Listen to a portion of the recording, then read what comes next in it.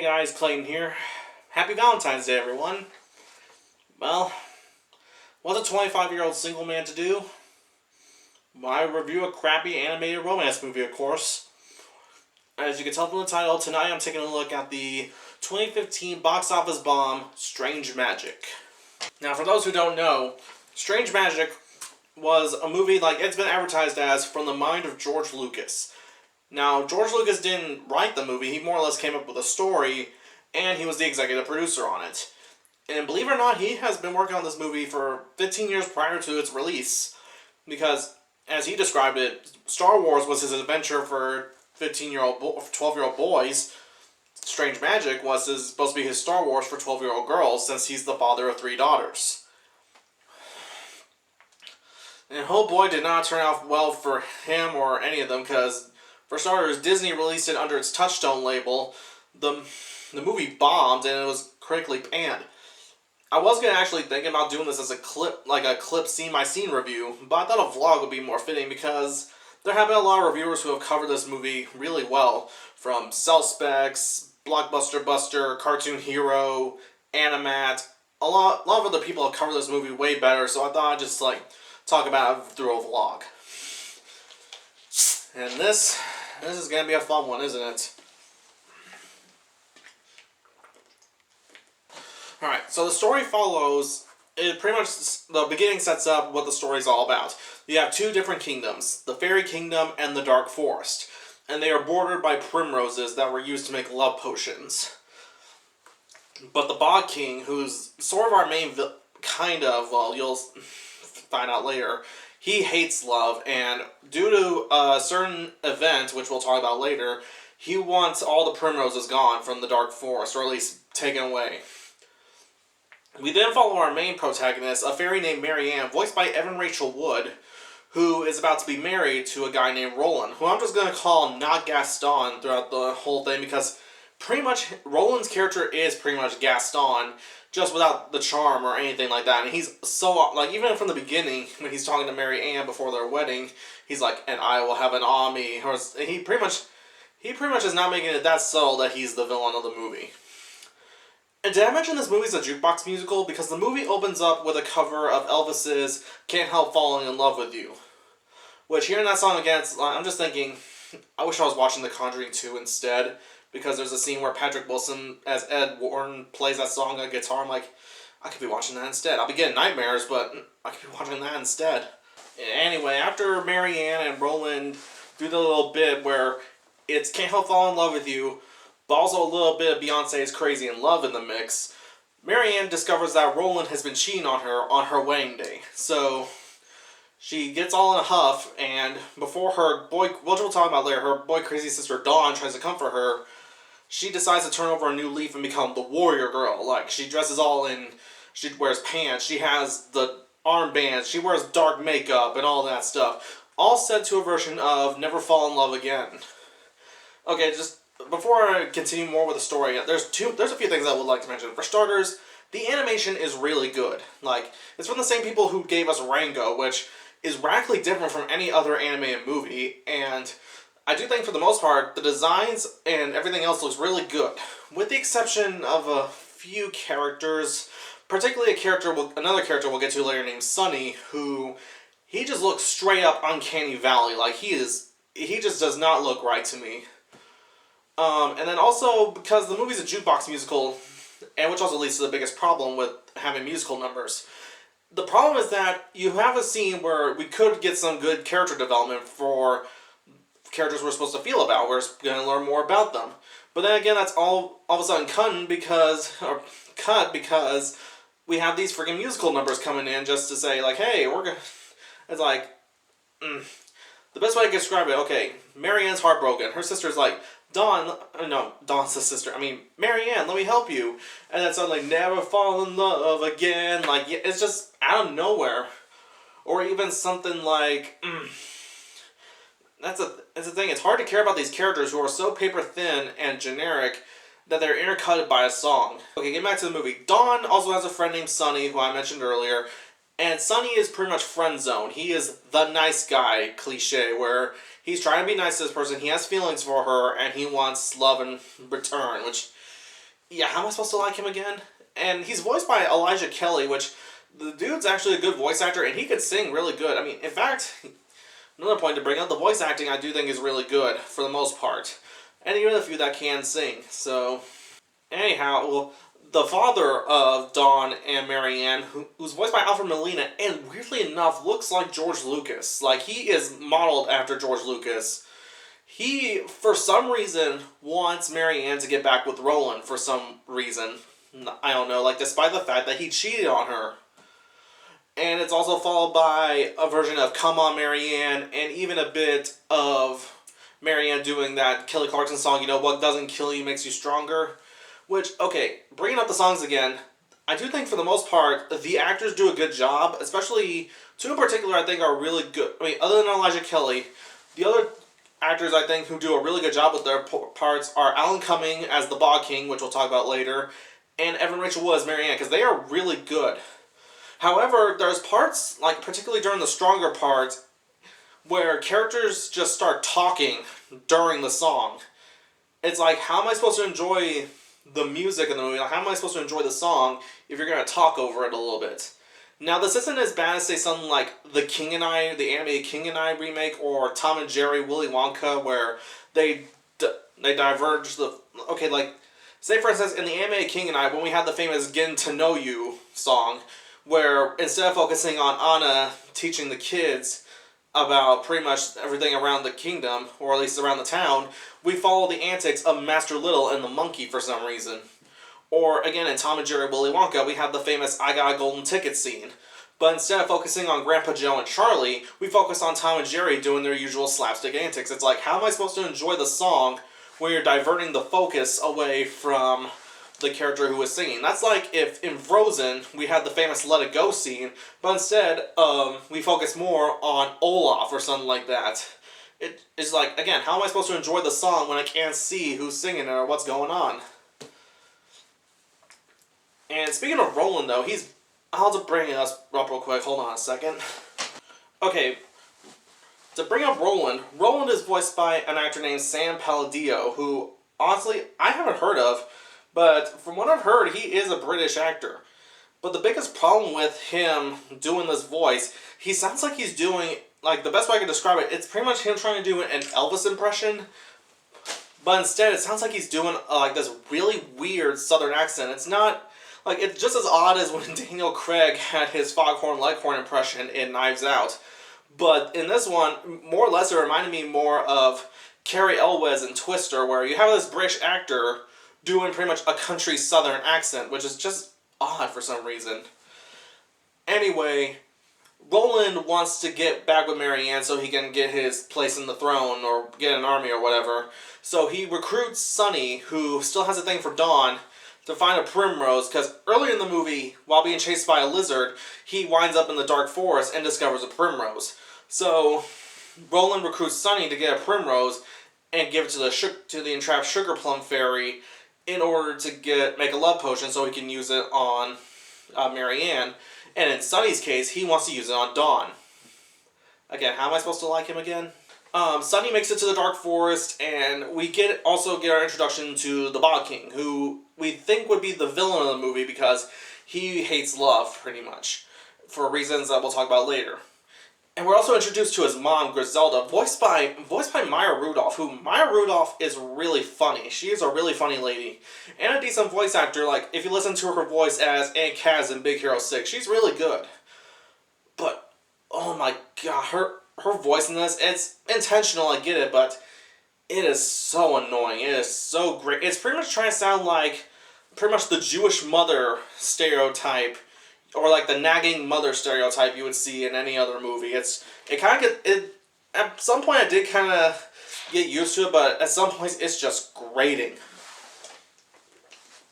And also the henchmen of the Bog King, who are these little goblins, which I like their design, but they are just so not funny. Like, there's one who pretty much receives messages from talking mushrooms about Sonny entering the Dark Forest, and he misinterprets it as something else, and that sort of becomes a joke that drags on for a while, and it happens like more than once, and it's just not funny. During Sonny's excursion to the Dark Forest, he comes across a character that at least he doesn't talk, and which I kind of like, the imp. And he's kind of cute, despite the fact that he looks like a jacked up possum with the voice of Stitch. He leads Sunny to where the Sugar Plum Fairy is kept, prison. And the Sugar Plum Fairy, voiced by Kristen Chenoweth, is trapped there for making love potion because she makes love potions.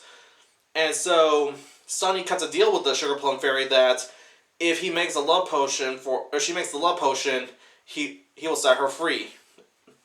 In which inadvertently she does, and the rules of the whole love potion is that spray it to the person that's right in front of you and make sure you're the first person they look at. All that jazz. So Sugar Plum Fairy is let out, but before they escape, she warns Sunny not to get the love potion in the hands of the imp, which totally won't be coming back to bite him in the ass later. Am I right? it does. So during the escape, the Sugar Plum Fairy gets captured again by the Bog King, and he discovers that she made another love potion. So he goes off to the Fairy Kingdom and sends him and his army to go find it and kidnap the princess in order to get the love potion. During the big night, the Bog King comes in, and when Sunny is trying to do his little number, I know one thing that I love you, like that whole bit, he tries using the love potion on Dawn, but she gets captured by the goblins. Which, okay, I've been saying some stuff about the songs, which, I thought the covers were alright, but I will give you this. This next song I'm about to mention is easily the best one of the best ones in the movie, which is a cover of Mistreated by Deep Purple, sung by the Bog King. Now, the Bog King is voiced by Alan Cumming. And give him this, he is the best character in the movie. He's the funniest character. He's kind of the more relatable character in the movie. And give it this, he does a really good job in delivering that song and how he does it. Even the odd thing about having the actor who plays Roland not have his British accent, but they let Alan Cumming still keep a Scottish accent. It's kind of inconsistent with, how do you want it? Anywho, Boggy takes off with Dawn. Marianne goes out to rescue her, while Sunny, as bad as Sunny is as a character, he does get rightfully called out for what he did, because pretty much they all said, hey, it's your fault that you got us into this mess. And because of that, Sunny, though he recruits one of his elf friends to go with him to retrieve the love potion from the imp, who winds up taking it during the skirmish, everyone else just turns his back on him until he outright redeems himself later on.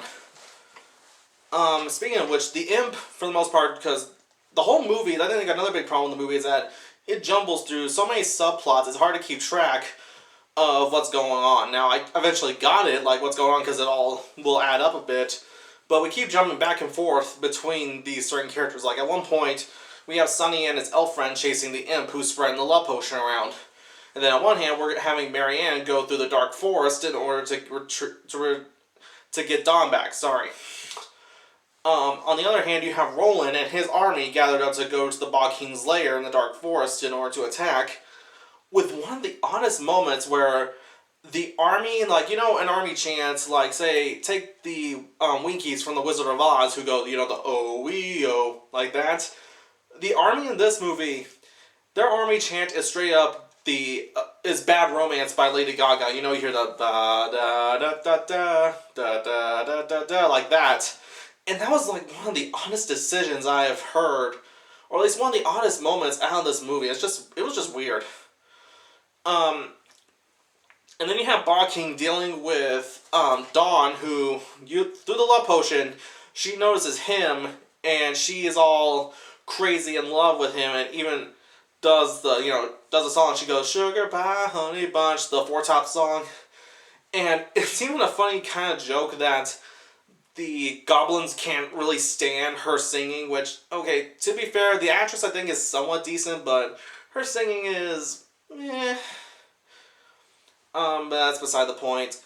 Marianne comes in to rescue Dawn, and her and the Bog King have a bit of a sword fight together until they eventually have to take a break. Griselda eventually sees a spark in those two because of their similarities between each other, so she sets up a whole nice romantic little room together so they can talk. But they eventually find a connection when they destroy the entire romance room, as I like to call it. Earlier, they also find the Sugar Plum Fairy and ask her to buy an antidote, which it turns out that there really was no antidote. It's more or less true love. And then we get the reason that fateful day on why the Bog King hates love so much. It turns out he was in love with this other odd-looking creature that he asked the Sugar Plum Fairy to make a love potion for him. And despite telling him that's not how the love potion works, he uses it on her anyway. And it turns out she was disgusted by the way that the Bog King looked. And which, one, believed the Bog King to be too hideous to love and that he turned away love forever, which Marianne can relate being heartbroken. But it also turned out that the creature that Boggy was in love with was dating someone else. So you kind of see a connection going on here. And so eventually, Marianne and the Bog King have a little flight together set to another, again, one of the best songs in the movie, which is the titular Strange Magic song, which is a cover of an ELO song. And Evan Rachel Wood and Alan Cumming do a really good job, like, vocally on this song. Like, they are really good. I think the one problem I do have, particularly with the relationship between these two, which I have no problem with the idea of the heroine of the piece falling in love with the villain, which I think could actually work if done right. But the biggest problem is that it comes at close to the end of the second act of the movie. Like, it kind of feels rushed. Like, maybe if they set it up kind of in the beginning and make that the whole purpose of the story, it could be a much better movie. But we just have this very rushed romantic interest in one another at close to the end of the second act. And then eventually when Roland's army comes up to the lair, we have the very stereotypical third act, I don't trust you anymore, that kind of thing, like the breakup. Which, okay, George Lucas even himself said that this movie is based on Shakespeare's A Midsummer Night's Dream, which in a way it is, especially given that the imp is practically pretty much kind of like Puck the Fairy, as he's spreading the love potion around the dark forest and having certain creatures fall for each other, like a frog and a fairy, a turtle and a mushroom, or something like that. Like, just odd pairing choices. And it's also, in some parts, like a reverse Beauty and the Beast, as they even describe it. And in some way, there has been a movie before that has done the whole reversal Beauty and the Beast story, and that was Shrek. Shrek, despite, everyone makes memes of it nowadays, and even parts of it are a little bit dated, Shrek still holds up and tells the whole reversal Beauty and the Beast love story extremely well. The problem here is that, again, their romance just seems extremely rushed, and it's like, why am I supposed to care about their relationship right from, like, if they just established it in the second act, or close to the end. Roland comes in to rescue Dawn, but then we also get the reveal, dun dun dun, that he was the villain the whole time. Really, you were so subtle, I couldn't tell. But eventually, Bog King goes after Roland, and Roland's army has their plan to destroy the Bog King's lair, and Sunny, who also joins with the imp, gets the Sugar Plum Fairy out of the lair, as well as the other entrapped lovemakers out of their cages before the cave collapses. Well, Roland takes Marianne so the Bog King can die in the collapse of his lair. And during this, because he goes to rescue, the Bog King gets Dawn out of there, but also goes to rescue Marianne and his mom, which actually leads to probably one of the funniest jokes in the movie from Griselda. And that's, she goes, "My life is flashing before my eyes. Hey, I used to be hot." Like that got a laugh out of me. That and a joke earlier on when Marianne goes to see a love-struck Dawn. And it's that whole joke of like opening the door, seeing something, closing it, and then opening it again. But it's pretty much just like, it's just like this, sugar pie, honey bunch. Was she like this? Yeah. You know that I love you. Is there an antidote? No. Like, it's like that kind of joke actually was pretty funny. But Marianne manages to get Roland to pretty much punch Roland out, And just as in order to get Dawn out of there also, but Ba King ends up sacrificing himself so he can let Dawn and Marianne go, and he gets crushed by his own skull door. Oh, and I also forgot to mention that just as Griselda is about to die in the collapse, Sugar Plum Fairy lets her out, and all the animals and everyone else gets out of there. We all think that Ba King is dead, but then he turns out he's alive. Yeah, like, we got us fooled there. There's a moment when Roland splashes the love potion on Marianne's face, and she pretends at one point to be like madly in love, but ends up punching Roland out and even knocks some of the love potion onto him. We'll get to that in a bit. Dawn's love potion wears off, and she then realizes that, oh, Sunny was the one I'm in love with all along, and they get together. And I forgot to mention more about the king. So there's a moment with the king that towards the end of the movie, he's like, well, I think we all learned a lesson here today. Don't judge a book by its cover. And then he sees Dawn and Sunny kissing together. He's like, oh my. And then he faints at the sight of his daughter dating an elf. Which, did I mention the elf is black? Yeah, because there's one thing this family movie needed is subtle racism. You know, Nordy, I'm sorry for this, but racism. Perfect family entertainment. But also there's a small moment which how much of a jerk the father is. He is the worst dad of any animated movie. Where there's a moment where Marianne is trying to, she's trying to dance at this to get together, or at least Roland's trying to get to him, but she is not having it, and then Dawn ends up flirting with the next person, and the king comments, I knew I should have had boys. It's like, wow, what kind of a dad are you to say something like that? Like, jeez. Anyway, that's my whole rant about the king. Love it. Love wins overall. Pretty much the movie ends with love winning overall. Marianne and the Ba King end up together. Sunny and Dawn end up together. We get one last song with Wild Thing. And the movie actually ends with this really cool kaleidoscope effect to it. Which, even despite this movie's flaws, that's actually kind of a cool way to end it. Even with the credits ending with Kristen Chenoweth's rendition of Love is Strange, which is actually pretty decent. But we also get a mid-credits scene showing what happened to Roland when the love potion splashed on his face, where it turns out he's dating a bug. Yeah. And that's the way the movie ends.